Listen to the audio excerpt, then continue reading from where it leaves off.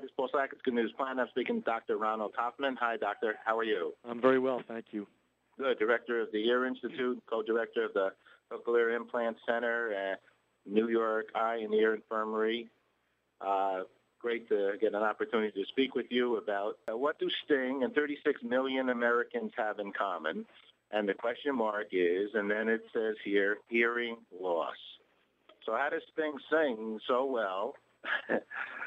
Can he not hear? No, he hears, right? But he doesn't hear probably perfectly. Is that? I don't actually have any information about Sting per se, but Okay. Chris Botti and Sting, both of who value their hearing highly because they're in the music business, Right. have been very kind to contribute their time to the New York Eye and Ear Infirmary and help us create a 30-second public service announcement, which is airing on stations around the country and at various sporting events, bringing to everyone's attention the importance of your hearing, how important it is to hear properly, and how easy it is to have your hearing tested.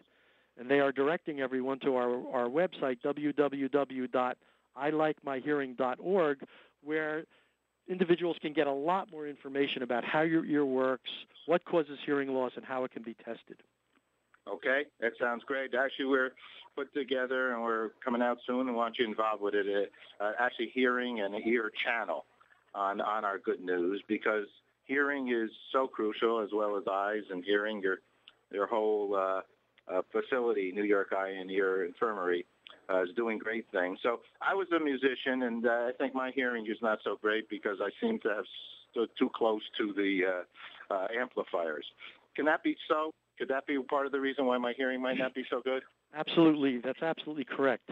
The National Institutes of Health tell us that 36 million Americans already have some degree of hearing loss.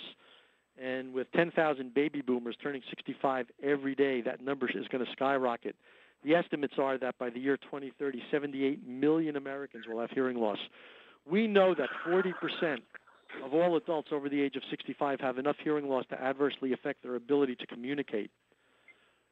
Exposure to loud sound is a very common cause of hearing loss in younger individuals, and particularly those who are in rock and roll bands, who play in the music world, or who overexpose themselves to loud sound.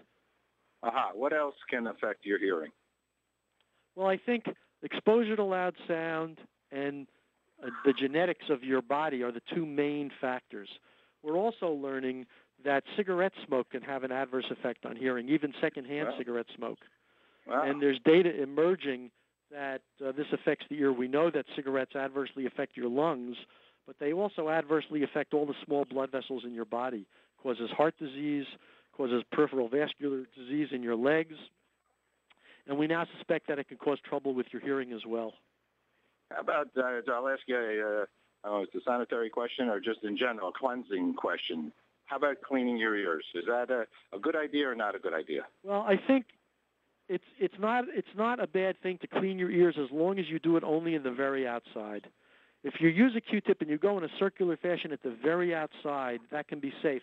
But you don't want to be reaching deeply inside your ear with anything, because you might go too far and injure your ear, or occasionally somebody will hit your elbow or you'll bang into something and really injure your ear. So you need to be careful. If you think earwax is a big problem, consult with your local physician and let them clean your ears for you.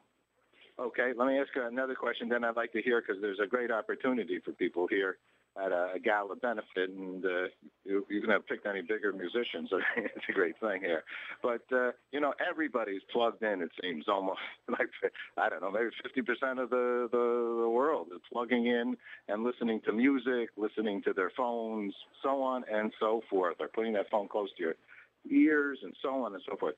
Do you think there's adverse concerns in this regard to your hearing? There can be. And if after listening to very loud music, or if after having gone to a concert, you experience a sense of fullness in your ears or a ringing sound in your ears, if we tested your hearing at that very moment, you would have a hearing loss.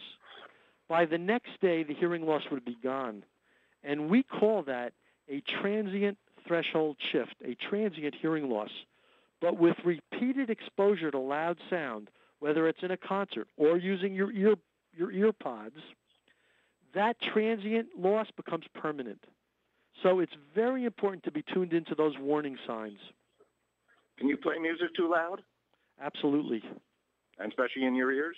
Absolutely, I mean, directly right in?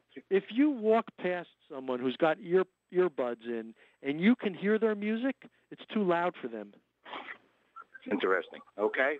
How about these noise-canceling headphones and things like that, everything outside of it?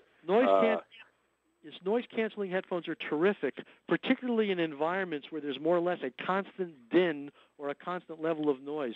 So in an airplane, or if you're in a train, or particularly in a subway train, wearing ear-canceling headphones will really reduce the level of noise to which you're exposed. Okay, you have a gala, a fundraising gala. What's that all about?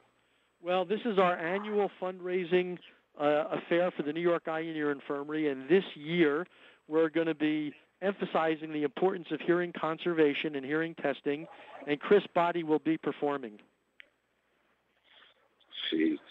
And so how can we get to go, and how do people get to go? If you go onto our website, www.ilikemyhearing.org, all of the information is there as to how you can buy a ticket and come, and we'd love to see you.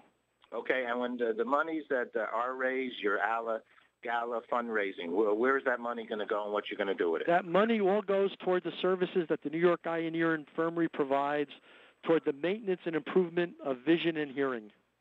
Okay, and where are you located? We're located on 14th Street in New York City in Manhattan. Okay, and it's a great facility, renowned worldwide. We have a bunch of friends over there as well. Last question, Dr. Hoffman, what's good news for you? What's good news for me? Yes. Good news for me is when people tell me they can understand what they hear, because that means their hearing is good enough for them to be able to communicate, and that's what we like to see as the final product of our work here at the New York Eye and Ear Infirmary. Good hearing.